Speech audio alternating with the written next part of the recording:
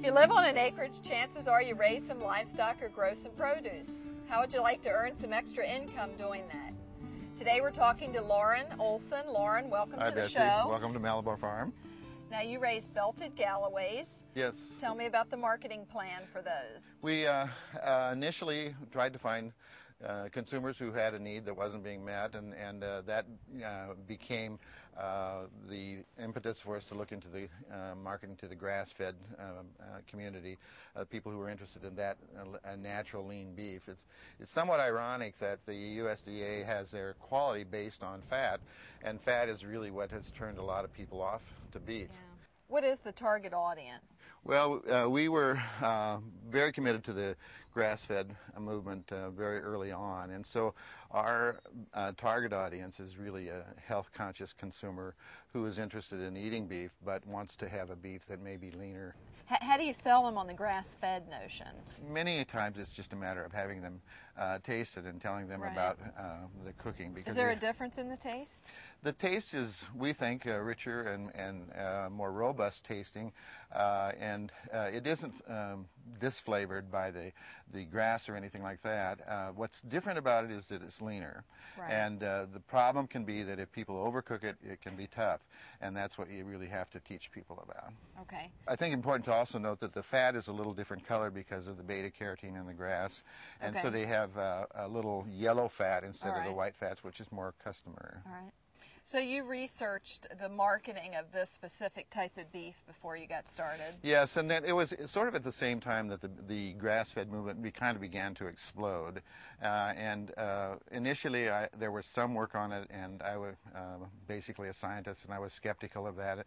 But then there began to be more and more evidence that really it was a healthier product, and I'm convinced now that it really is. Tell me how you market your beef. We sell primarily to the local market here. Typically what happens with most people who have a small herd is that they develop product for their own family and Right. test it out that way, and then they sell it to friends and then friends of friends, and so it begins kind of a widening circle, and then you go launch it into the community. Okay. And how do you sell that? We sell by the quarter of a beef, which is a quarter of the carcass, Okay. and it's a mixed quarter, so there's some of the less desirable cuts from the front quarter and then some of the premium cuts from the back, and it's a mixed quarter, or the entire half of the carcass typically, but that's about as much freezer space as most people have. Right. How much beef is in a quarter or half? In a quarter, there's about 125 pounds of beef, which is a significant amount for a lot of people. We have talked about having what are kind of sample packages, which are a mix in 25-pound boxes for people who are maybe skeptical of Yeah. grass-fed beef. Right. How do you price the beef? The beef is priced based on what our costs are, and we did some research into what people are willing to pay. Because it is a particular market, we were interested in finding people who were interested in purchasing directly, and what we were looking for were people who would pay a little more, because you can't compete on a basis of cost. So you can't take a product like this, go out in the marketplace and market it directly against You really something. cannot do that, because their costs of production and the costs of selling it are so close together, and they have such a slim margin that a small farmer can't operate that way. So we don't even try and compete on the basis of price. Now you sell to a USDA inspected plant, so you can sell across state lines. That's correct. We have not pursued shipping a lot, because shipping can add a lot of cost to the. But it is possible to ship them anywhere within the United States overnight. And Right. Do you advertise?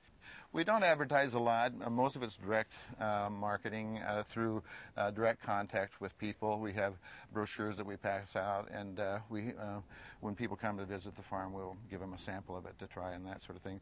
But it's hard to market because the costs are so expensive, I mean, to do a direct advertising campaign.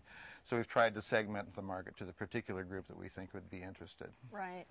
Do you have an internet site? Yes, we do. We developed a website early, and that was an excellent idea because it draws a lot of people to our site. Lauren, thanks a lot for being on the show. Thanks, Betsy, for having us. As you can see, there's a lot to consider when marketing product from your acreage, but it can be a rewarding experience.